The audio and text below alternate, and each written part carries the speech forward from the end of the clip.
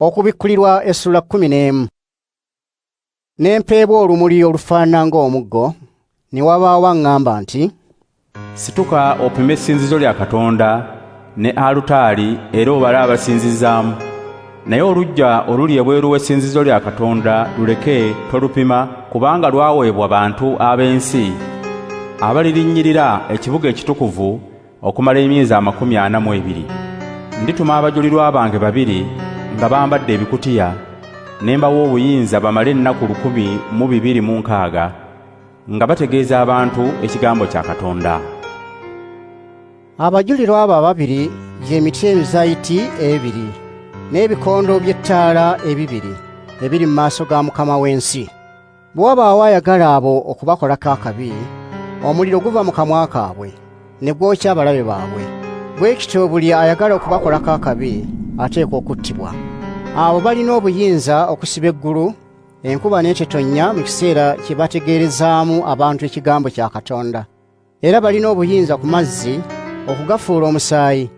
Balina n'obuyinza okuleeta ku nsi ebibonyoobonyo ebya buli ngeri buli lwe baagadde.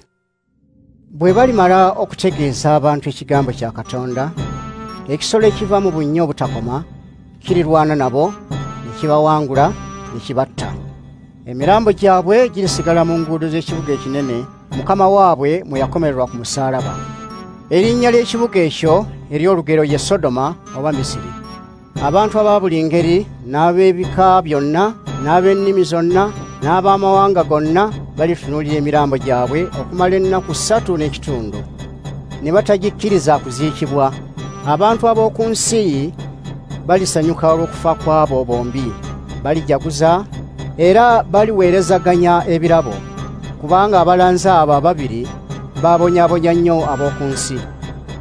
Ennaku 3 n'ekitundu bwe zaayitawo, omwoyo gw'obulamu okuva eri Katonda ne kubayingiramu, ne bava we bagudde ne bayimirira.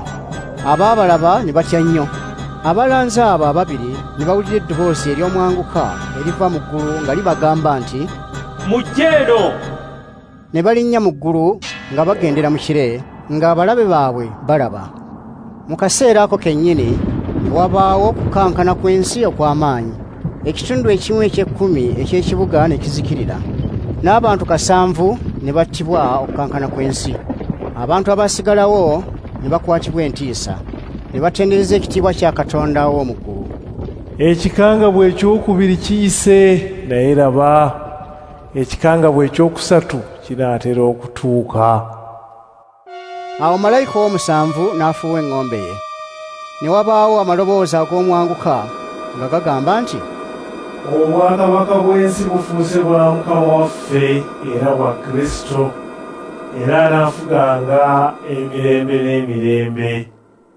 Awo abakadde 24 abatuula mu maaso ga Katonda ku ntebe zaabwe ez'obwakabaka ne bavuunama ne basinza Katonda nga babagamba nti, "Mukama Katonda omuyinza wa byonna, abaawo era yabaawo, tukwebaza, kubanga wejjuza obuyinza bwo n'otandika okufuga.